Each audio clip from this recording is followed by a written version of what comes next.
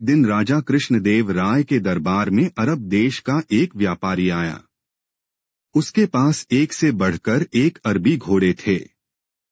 व्यापारी ने हट्ठे कट्ठे और तंदुरुस्त अरबी घोड़ों की राजा कृष्णदेव राय के सामने इतनी तारीफ की कि उन्होंने फौरन उन घोड़ों को खरीदने का मन बना लिया।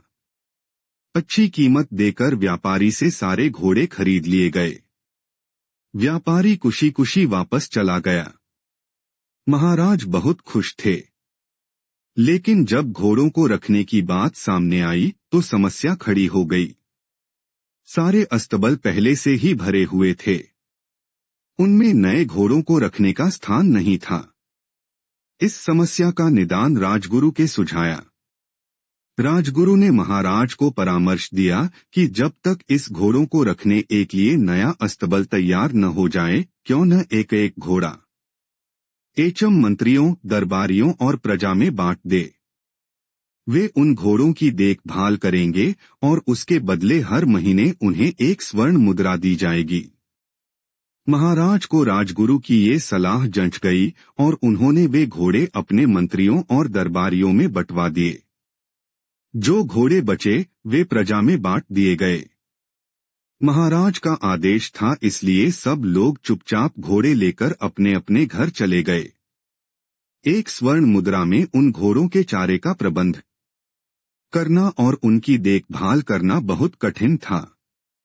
लेकिन वे राजसी घोड़े थे, इसलिए उनकी देखभाल में कोई कोताही नहीं बरती जा सकती थी। सब अपना पेट काटकर घोड़ों की देखभाल करने लगे। एक घोड़ा तेनालीराम को भी मिला। उसने वह घोड़ा अपने घर ले जाकर एक छोटी सी अंधेरी कुटिया में बांध दिया। उस कुटिया में छोटी सी एक खिड़की बनी हुई थी।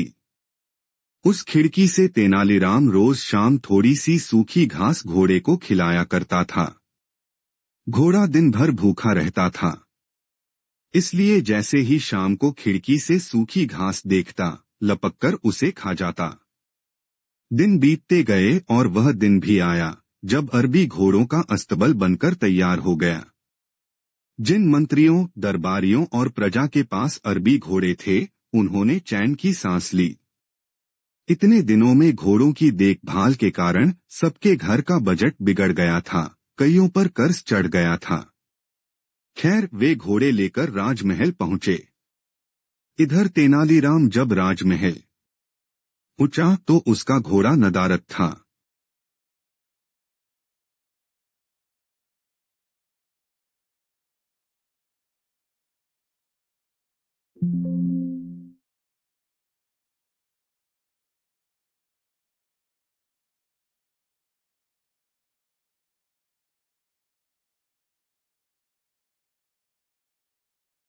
महाराज के पूछने पर वह बोला, महाराज क्या बताऊं? वह घोड़ा बहुत ही ज्यादा खूंखार हो गया है। किसी पर भी हमला कर देता है।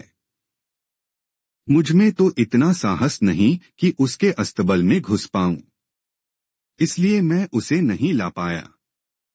महाराज कुछ कहते, इसके पहले राजगुरु बोल पड़े, महाराज तेनालीराम की बात पर विश्वास नहीं किया जा सकता।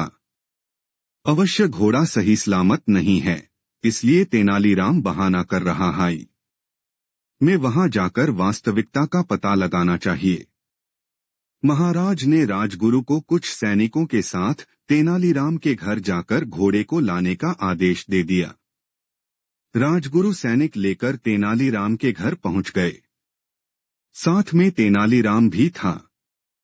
तेनालीराम ने उसे वह कुटिया दिखाई जहां घोड़ा बंधा हुआ था।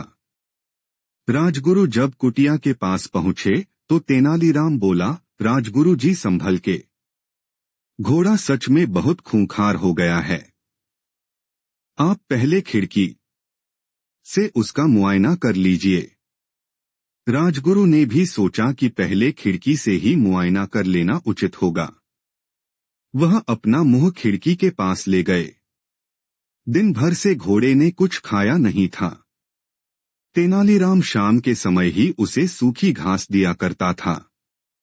इसलिए जैसे ही राजगुरु खिड़की के पास अपना मुंह लेकर गए, उनकी दाढ़ी को सूखी घास समझकर घोड़े ने मुंह में दबा लिया और खींचने लगा। राजगुरु दर्द से चीख पड़े। यह देख तेनालीराम बोला, मैंने कहा था न राजगुरु जी की घोड़ा बड़ा खूंखार हो गया है।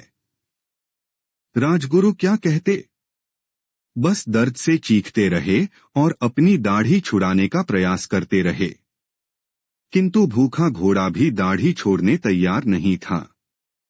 आखिरकार सैनिकों द्वारा तलवार से दाढ़ी काटकर अलग कर दी गई, तब राजगुरु की जान छूटी। उसके बाद राजगुरु ने सैनिकों को आदेश दिया कि वे घोड़े को पकड़कर राजमहल ले चलें। घोड़े को राजमहल में महाराज के सामने ले जाया गया। राजा ने जब घोड़े को देखा तो आश्चर्यचकित रह गए। इतने महीने ढंग से कुछ खाने पीने को न दिए जाने के कारण उसका शरीर सूख गया था और वह एकदम मरियल दिख रहा था। अपने घोड़े की ये हालात देख महाराज बहुत क्रोधित हुए और तेनालीराम से बोले, ये क्या हालत कर दी तुमने घोड़े की। तेनालीराम बोला, महाराज, एक स्वर्ण मुद्रा में मैं इसे जितना दाना पानी दे सकता था उतना मैंने दिया। बाकी लोग आपके डर से अपना पेट काट काट कर घोड़े की देखभाल करते रहे। वह आगे कहता गया, महाराज, राज्य के राजा का धर्म प्रजा की देखभाल करना है, न कि उन पर अतिरिक्त बोझ डालना। इन घोड़ों की देखभाल करते करते और उन्हें बलवान व तंदुरुस्त बनाए रखने में आपकी प्रजा दुर्बल हो गई है। आप ही बताएं महाराज, क्या ये उचित है। महाराज को तेनालीराम की बात समझ में आ गई और उन्हें अपनी भूल का एहसास हो गया। अपनी इस भूल के लिए उन्होंने सबसे क्षमा मांगी और उन्हें इन महीनों में हुए खर्चों की भरपाई भी दी। सीख, अच्छी तरह सोच विचार कर ही किसी निर्णय पर पहुंचना चाहिए।